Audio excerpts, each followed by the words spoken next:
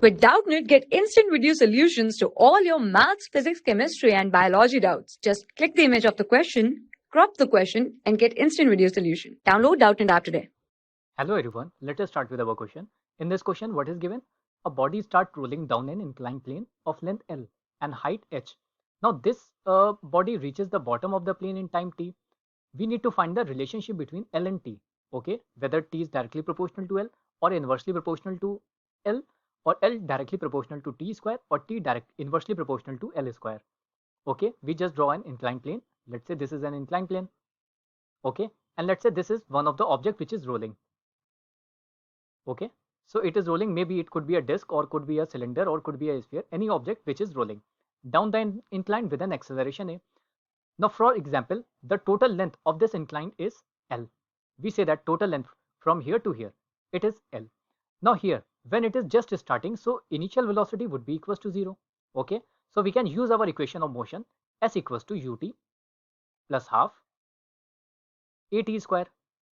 Okay, now initial velocity is 0, so this term would be cancelled. What is the length of the incline? It is given as to be L, so we put the value as L equals to a t square divided by 2.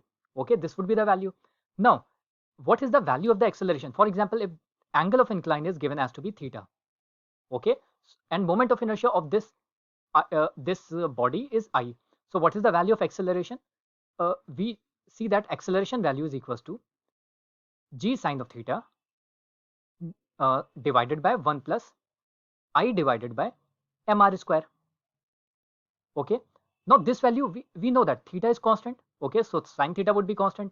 I, the moment of inertia of the body, would be constant. Its mass and its r would be constant. So everything is constant. That means our acceleration is what? Acceleration is constant. Now then we can say that our L is equals to, because a is constant, 2 is the number, so it is already a constant. So we can say that L would be some constant times t square. So from here we can say that our L is directly proportional to t square. Okay, length is directly proportional to t square. So which option would be the correct option? L directly proportional to t square. So the correct option would be our C option, L directly proportional to t square. Hope you understood the solution. Thank you. For class 6 to 12, IIT JEE and NEET level. Trusted by more than 5 crore students. Download Doubtnut app today.